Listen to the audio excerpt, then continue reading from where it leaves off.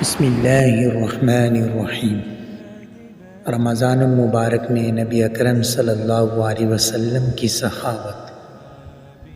حضرت ابن عباس رضی اللہ تعالیٰ عنہ بیان کرتے ہیں کہ رسول اللہ صلی اللہ علیہ وسلم خیر و بلائی میں سب سے زیادہ سخی تھے، اور جب رمضان المبارک میں جبرائیل علیہ السلام آپ صلی اللہ علیہ وسلم سے ملاقات کرتے تو آپ صلی اللہ علیہ وسلم کی سخاوت بڑھ جاتی۔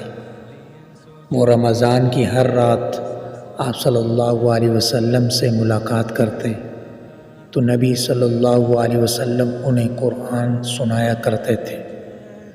جب جبرائیل علیہ السلام آپ سے ملاقات کرتے تو آپ خیر و بلائی اور سخاوت کرنے میں کھلی ہوا، تیز رفتار آندھی سے بھی بڑھ کر ہوتے تھے۔